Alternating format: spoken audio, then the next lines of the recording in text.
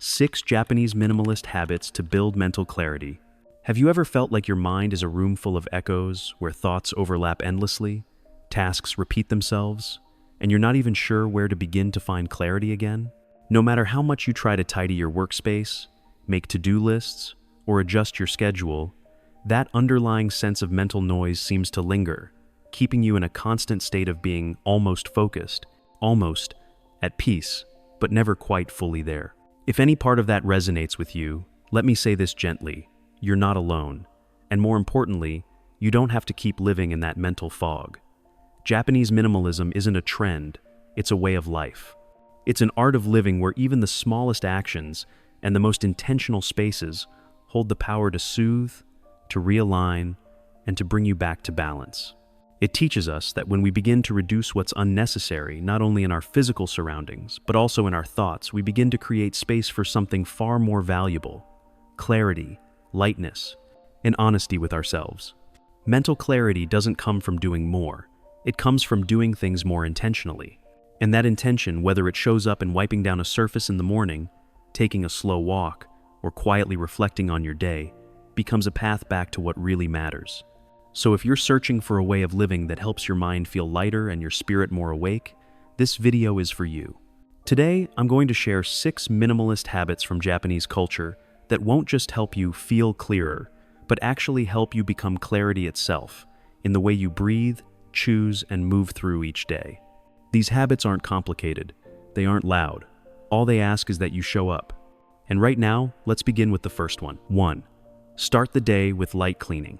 Have you ever noticed how just wiping down a table, folding your blanket, or clearing a small corner in the morning can make your mind feel unexpectedly refreshed? It's not that everything is suddenly perfect, it's that something inside you feels quietly, gently realigned, without needing any fanfare. In Japan, there's a quiet ritual known as soji light morning cleaning. But to them, it's never just about making a space look tidy. It's a form of spiritual readiness, a daily grounding that opens the day with clarity and calm. At Shinto shrines, monks begin the day sweeping leaves, not because someone told them to, or because it earns them praise, but out of deep reverence for the space they inhabit. It's their way of telling the world, I am here, I am present. There's something remarkable about how a tidy space can soothe a chaotic mind. Wiping the dust from a surface feels like brushing away mental fog. Folding your blanket isn't just a chore. It's a soft gesture that says, I'm ready to start again. Soji is not result-focused. It's about the act itself. The quiet rhythm of movement, wiping, sweeping, straightening draws you into the moment, like a gentle stream flowing through your thoughts and washing away distraction. In a noisy world, stillness becomes the anchor. The Japanese call this intentional stillness, ma, the beauty of empty space. And Soji creates that ma in your surroundings.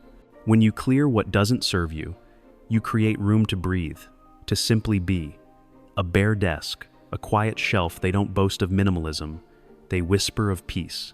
And it's strange in a beautiful way how 5 minutes of cleaning can feel like a small, silent victory, a subtle rise of dopamine, like the first warm ray of morning light. It doesn't shout or dazzle like big accomplishments, but it stays with you longer like the steady flicker of a candle in a quiet room. That's presence. This ritual also speaks deeply to wabi-sabi, the beauty in imperfection, in things that are simple and unfinished. A room that's just a little brighter, with sunlight catching a speck of dust, or a corner that's almost tidy but not quite. These aren't flaws, they're signs of life. What matters is that the space invites you in, makes you want to pause, breathe, and begin again. If you want to try it, don't overthink it. Just look around. Maybe your desk is messy. Maybe yesterday's coat is still hanging on your chair. Maybe there's a cold cup of tea waiting to be noticed. Start there. One surface wiped clean, one mug washed, one breath noticed. Each of these actions, done with intention, transforms your space into a quiet sanctuary, not fancy, just honest. There's a Zen saying in Japan, we clean not to remove dirt, but to find ourselves among the dust. So tomorrow morning, begin with soji. Nothing loud, nothing grand.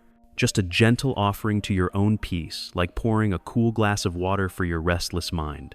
2. Reset your workspace regularly. There's a quiet shift that happens when you reach out to reset your workspace. Not out of guilt, not because it's a mess, but because something inside you gently calls for a new beginning. It's a subtle invitation, almost like your inner voice saying, "It's time to return." In Japan, there's a beautiful concept called moving Zen, where even the smallest gestures, when done with full presence, become a kind of meditation. It's not just cleaning your desk. It's coming home to yourself through movement. Each time you return a notebook to its place, wipe down a surface, or straighten your chair, you're creating rhythm. And in that rhythm, you find calm. In a world constantly pulling us outward, these small acts become anchors. When you tidy your desk, you're not just clearing external clutter, you're untangling your own thoughts. After hours or days of accumulated tension, the simple act of arranging things brings a breath of relief. It creates space, not just on your desk, but in your mind. A pause, a gentle exhale, and maybe for the first time today, you feel yourself arrive fully into the moment. In Zen monasteries, monks often practice kinhin, a walking meditation, where each step is taken slowly, deliberately, like a moving breath. Tidying your workspace can be your version of kinhin.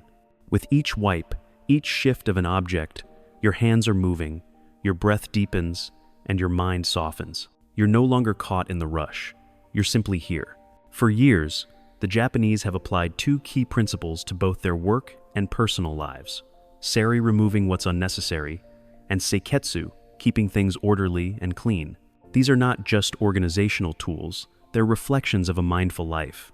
A desk that holds only what you need, a pen, a notebook, a laptop with neatly arranged cords, isn't just efficient. It mirrors a mind that knows what matters and is free from excess distraction.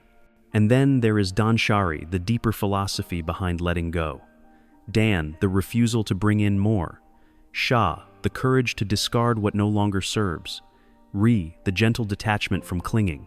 When you reset your workspace with danshari in mind, you're not just tidying, you're choosing. You're choosing clarity over chaos, purpose over habit, and presence over noise. It's not about achieving some pristine ideal. It's about feeling lighter, more honest, more available to your own life. A clean desk won't make you better than anyone else, but it offers you a doorway into a clearer, quieter state of mind. It helps you arrive at your work with calm and focus. As the Japanese often say, simplicity is the foundation of depth. So if you're listening right now, maybe just take a moment. You don't need to overhaul everything. Just look at your desk. Is there something there that no longer belongs? Something you've kept out of habit rather than intention? Start small. Choose one corner and reset it. Feel the difference not just in the room but in your own breath, your thoughts, your sense of space. Sometimes, what we need most isn't to add more, but to let go so we can finally see what's always been essential. 3. Take purposeful short walks. Sometimes, our minds feel like rooms filled with dust, not because we meant to clutter them, but because little by little, the noise, the information, the quiet anxieties all settled in, unnoticed. Until one day, we realize we can't quite see our own thoughts clearly anymore. In moments like these, the Japanese don't try to force clarity, they choose to walk. But not in a hurried way, not to get somewhere. They call it kihin, walking with intention, a moving meditation where each slow, deliberate step is tied to the rhythm of breath, gently guiding the mind back to the present. No striving, no analyzing, just being here, fully, in this moment. As if the entire world is paused, leaving only your footsteps and your quiet breath. And when those footsteps lead you into nature, it becomes Shinrin-yoku forest bathing, not a workout, not an escape. Just an act of surrender, where trees and wind and falling leaves meet you exactly where you are. In that soft silence, you don't have to force stillness. It simply finds you. This is where Kisatukan emerges, a subtle awareness of the seasons shifting around you.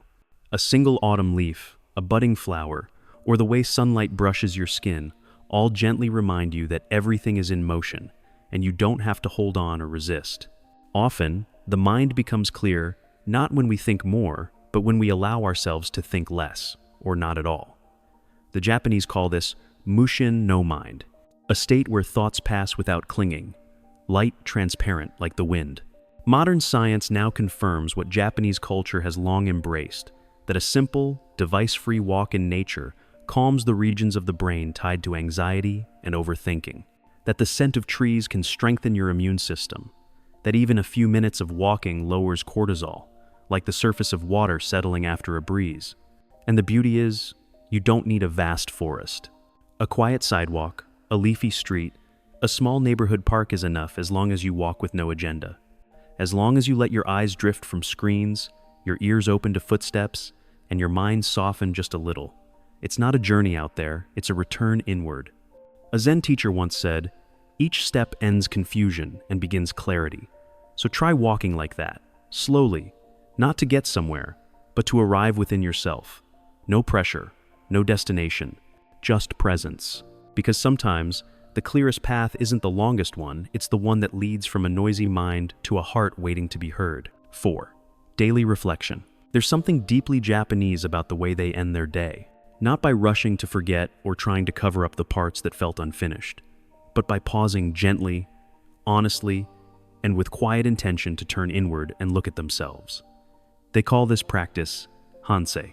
Hansei isn't about beating yourself up.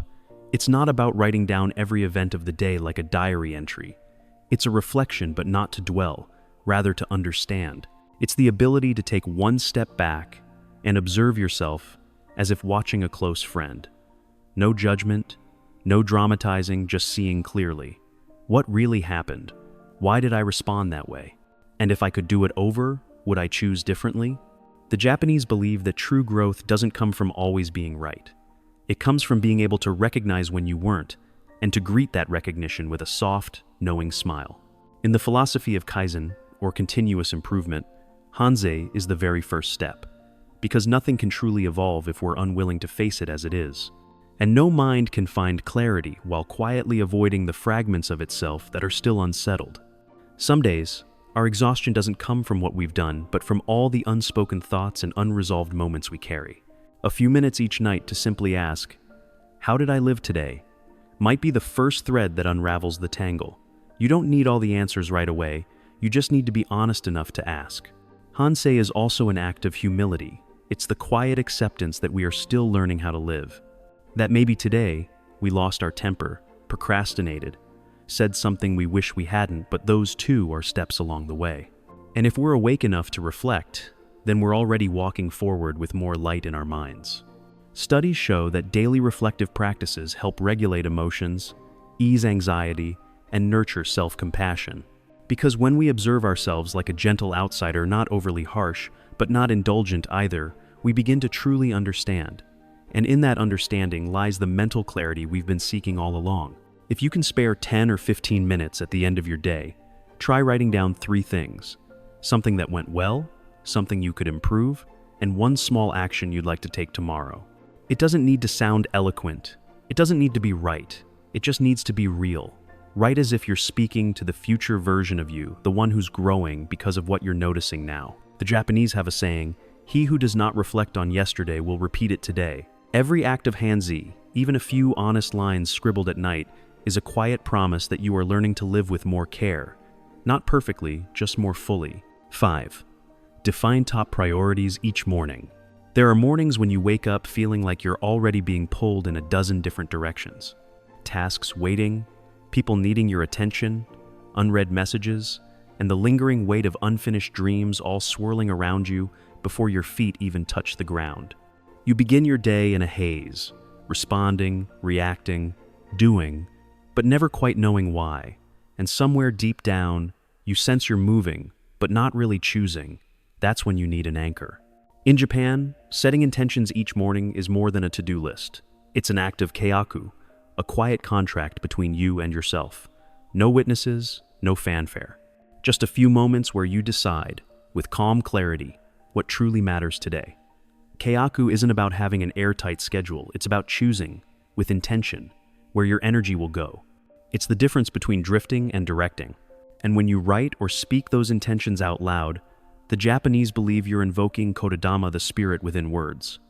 In Shinto tradition, words are not merely sounds, they carry life. They have the power to shape experience, to alter outcomes, to awaken something within. So when you say, "Today I will complete this," you're not just making a plan, you're planting a seed. You're channeling quiet energy into form. In a world that constantly distracts and demands, Choosing just 3 clear priorities each morning becomes a radical act of simplicity. It's like cutting through the noise to hear your own voice again. Research shows that writing down specific goals each morning reduces anxiety, sharpens focus, and declutters the mind. In that small ritual, you're restoring chowa, the harmony between what you think and what you do. If you want to create a morning ritual that feels intentional and grounding, try this. Before the day begins to pull you away, sit with yourself for just a few minutes. Write down 3 priorities using clear, positive language. Don't focus on what you won't do, focus on what you will. And then speak them out loud. Let the sound of your own voice carry weight. Let those words settle into your body, like a gentle promise you're making to yourself. Because deep down, we all long for a day that feels guided. Not rigid, not controlled, just guided by something that feels aligned with who we are. And sometimes, just one sentence written and spoken in the morning is enough to shift your entire day from autopilot into presence. The Japanese have a saying, words give birth to actions, actions give birth to habits, habits give birth to destiny. So if you're still listening, try this. Write down 1 meaningful priority for today. Say it aloud. Feel it awaken something inside you. Because when a day begins with a living intention, it stops being a blur of reaction and becomes a quiet path, one where you are truly here, truly choosing every step of the way. 6. Minimize visual noise and clutter. There's a certain kind of exhaustion we rarely name. It doesn't come from work or conversations, but from the space we live in when every little corner quietly pulls at us, reminding us of what's unfinished, what's out of place, what needs tending. A slightly tilted chair, a pile of unread books, forgotten objects filling drawers, not loud, not urgent, but together they create a visual noise that makes it almost impossible for the mind to truly rest. In Japanese culture, space is never something to fill. It's something to care for gently, intentionally, like a garden for the soul. The philosophy of wabi-sabi teaches us that beauty lives in the imperfect, in the quiet, in the incomplete. A weathered wooden table, a slightly chipped cup, these are not flaws to hide, but quiet reminders that life is unfolding, always moving, and never meant to be spotless. To protect that stillness, the Japanese turn to danshari, the art of refusal, release, and detachment, not out of disdain for things, but out of love for clarity. It's the inner voice that says, "Thank you for being part of my life, but I no longer need to carry you forward." It's a practice of compassion not toward objects, but toward yourself, a way of making peace with the past, so the present can breathe more freely. Modern science echoes this ancient wisdom. A cluttered space taxes the brain. It raises cortisol, our stress hormone, and dulls our focus. But when we remove excess, the mind becomes lighter. Visual noise quiets down. And in that quiet, creativity gently returns.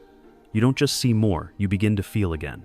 Japanese homes often reflect 2 key principles: yohaku, the power of intentional blank space, and kanso, the elegance of simplicity. Like the empty margins in calligraphy that make the ink more meaningful, or a room with only what is essential, where nothing shouts for attention but everything feels placed with care. And then there's light, natural light, the most sacred expression of ki, or life energy in Shinto belief. When a room welcomes sunlight without obstruction, it becomes more than a space, it becomes a place of restoration. Not because it is new or styled, but because it feels honest, open, and alive.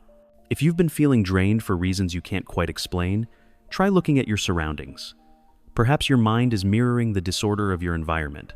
Choose one small corner, a shelf, a desk, a drawer, and begin with danshari. No rush, no judgment, just one item at a time. Keep what still resonates with your present self. Let go of what no longer does.